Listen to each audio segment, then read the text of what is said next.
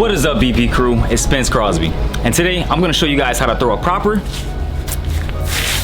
round kick. Stay tuned.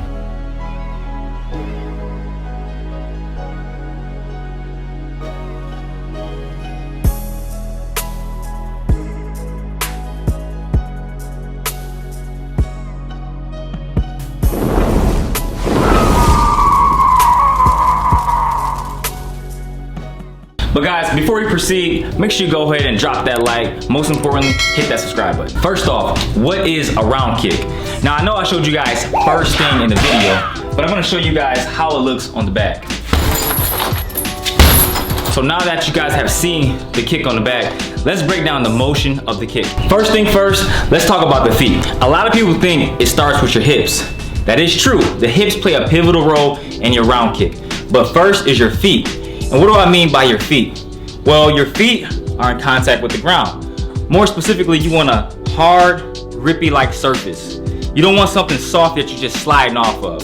You want something hard where you can grip the floor and you're gonna press against that floor to generate your power. You don't wanna be on your heels when you're throwing this kick. You wanna stay on the balls of your feet, and I'll demonstrate. And you're throwing the kick, and you're losing your balance. You're wondering like, how am I losing my balance?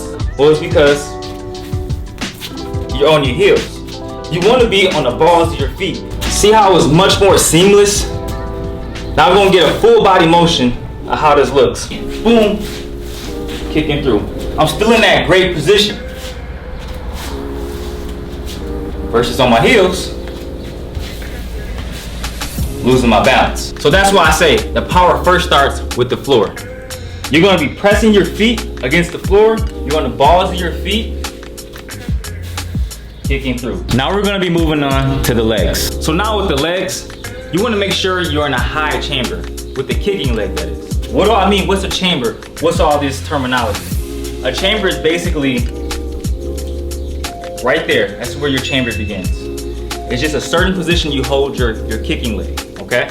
So you have my standing leg right here, this is my chamber. That pivot leg, we're gonna open our hips. So that leg and that foot is gonna turn out. See how it just turned out? You're opening your hips. Your chamber leg now is parallel to the floor. Your knee facing out to the side, all right?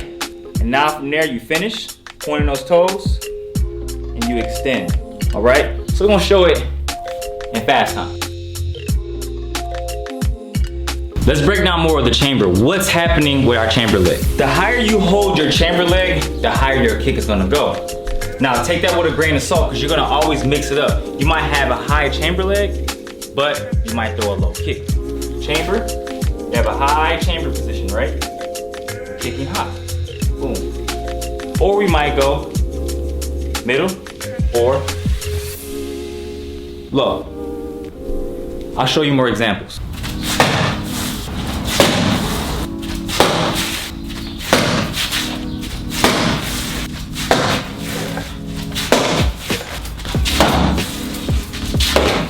So as you guys just seen, always remember to mix things up just to add the extra flavor to it. So now we're moving on to our hips. When you're throwing your round kick, you want to make sure you're turning your hips over. What do I mean? This is me turning my hips over. All right? You see how I'll go slow. Boom, chamber, turn, toe. This is my hip turned over, kicking. This is my hips not turned over. It's more of a crescent kick. Now crescent kicks, they have the formality. They do work for certain situations, but for this tutorial, we're throwing a round kick. So like I said, you're in your position, chamber that leg, turn your hip over, kick through. And so now we have your torso. Your torso is gonna play a critical role in how much power you actually generate. So first off, I'm gonna show you guys how it looks without hitting a target.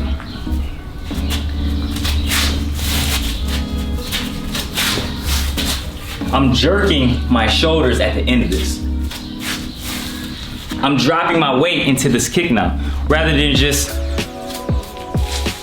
you see how I'm not moving my torso so much? I'll give you guys a better example on the back. All right, so now we're gonna show you guys how it looks while hitting the target. When I drop my torso into it, you're gonna see, okay, the difference in power. It's subtle, but that subtle detail is gonna really dictate the power of this kick. So this is me twisting my torso.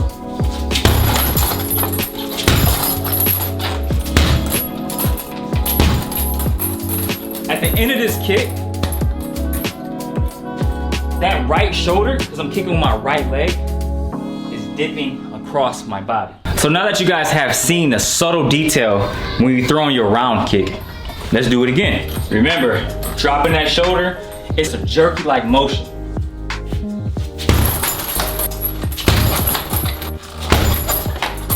All right, so that's the subtle detail that you guys need to add for a more powerful round kick. Now let's talk about the speed or the distance of the kick. The first things first when you're throwing your round kick too is your stance. Now, I can either have my legs more spread apart for maximum power, or bring them in a little closer. These subtle details, they're gonna express the kick in different ways. So if I have it more spread out, I'm really trying to get that power. So boom, but it's slower and the distance has to travel more. Versus if I'm right here, a little closer, my target, I don't have to I don't have to go a longer distance. It's faster. All right, so remember those key things. Wider, longer distance. Shorter distance. And now the last two things we're gonna cover in terms of the speed and distance of your round kick is your knee up versus your knee around. If I get my knee up in that chamber position, I don't have to travel a greater distance. Plus it's faster. Example. See how I bring that knee up, boom, kick, just like that. Knee up, chamber, kick. Slow-mo, knee up, turn, extend, come back. Now I'm gonna break down turning that pivot leg faster to generate more speed. So once again, I'm on the floor, I'm on the balls of my feet more importantly, and I wanna generate more speed. You turn that pivot leg, that standing pivot leg faster.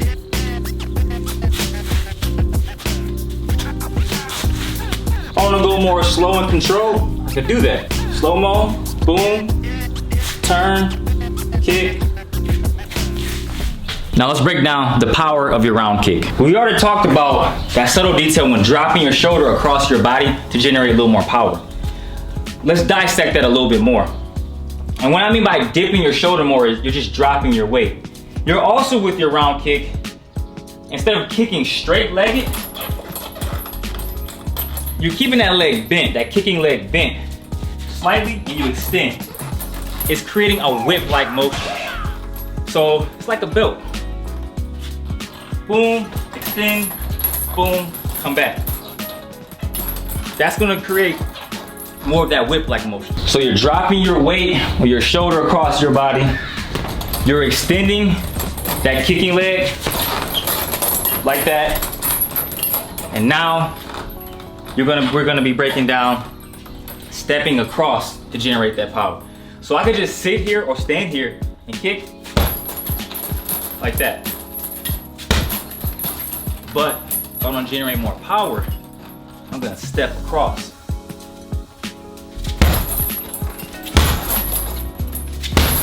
It's a slight gain of distance. I'm just stepping, kicking, extending, coming back.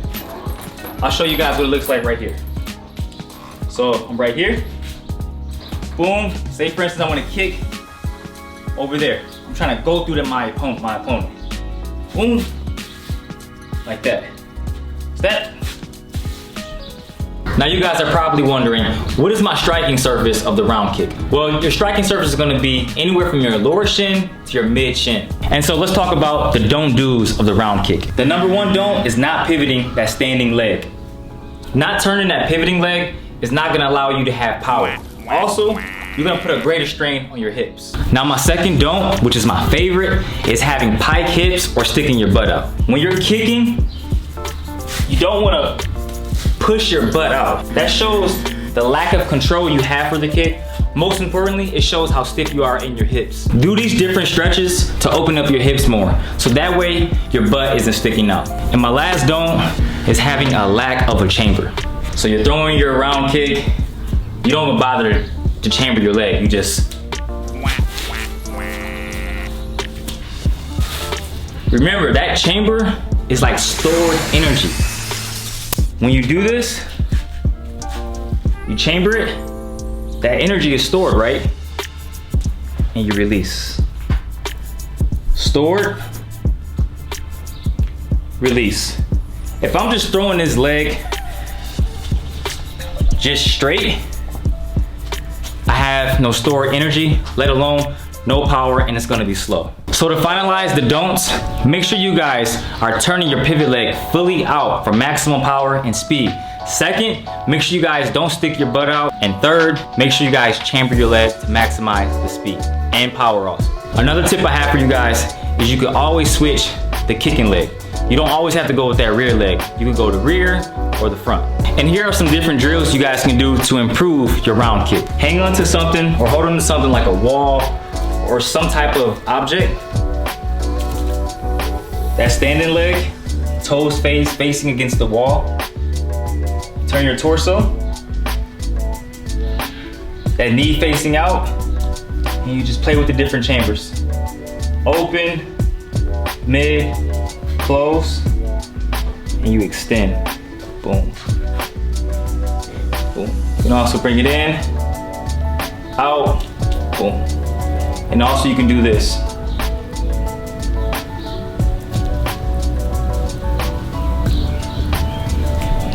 Taking it nice and slow as well. So maybe do those drills 3 or 4 times, 30 seconds each. And so once you guys have your round kick to a good standard, you can start working on harder kicks, such as this.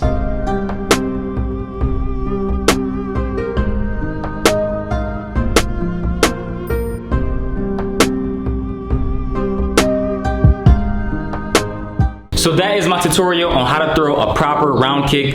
Make sure you guys go ahead and drop that like. Most importantly, make sure you guys are subscribed. I'll see you guys next video. Peace!